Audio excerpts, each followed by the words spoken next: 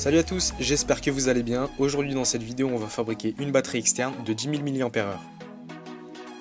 Alors ce qu'il faut savoir c'est que toutes les batteries externes qui se vendent dans le commerce fonctionnent grâce à un petit circuit électronique qu'on appelle un élévateur de tension.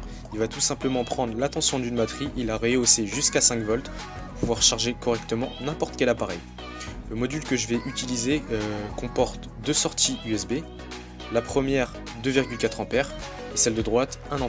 Le port du milieu permet de recharger l'appareil. On retrouve également un petit bouton poussoir qui va nous permettre d'afficher le niveau de la batterie sur 4 LED bleues. Derrière on retrouve un port batterie moins et un port batterie plus sur lequel on va souder notre batterie lithium. Qu'on achète un gros module comme celui de gauche ou un petit comme celui de droite, ça reviendra au même, ça fera exactement le même travail. Pour ce qui est des batteries, il existe deux types de technologies qu'on peut utiliser, les lithium polymères ou les lithium-ion.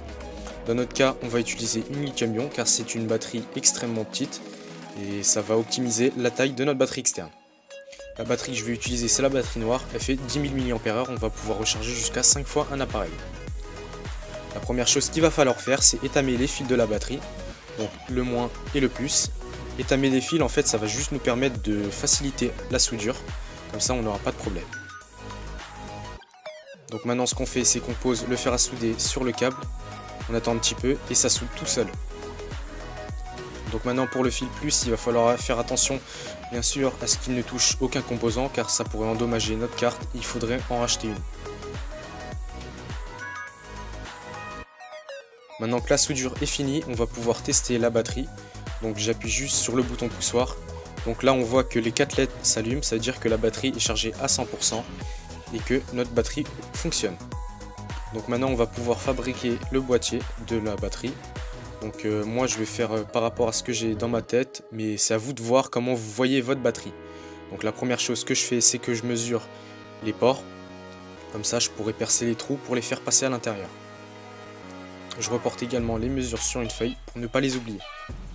Donc moi ce que je vous propose d'utiliser, c'est du plexiglas car c'est un matériau extrêmement solide et vraiment très facile à couper. Donc avec le pied à coulisse, je reporte chacune des mesures, donc la longueur et la largeur. Pour couper du plexiglas, c'est vraiment facile, il faut juste passer quelques coups de cutter sur les traits qu'on vient de tracer.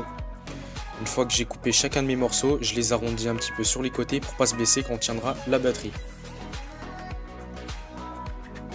Pour l'esthétique, je vais également rajouter du vinyle imitation fibre de carbone.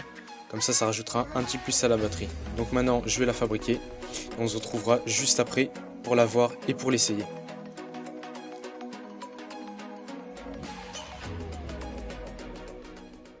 Et voici ce que ça donne. J'ai peint les côtés en gris pour que ça fasse plus esthétique. Donc le dessus et le dessous sont en fibre de carbone. On va tout de suite l'essayer avec deux Samsung.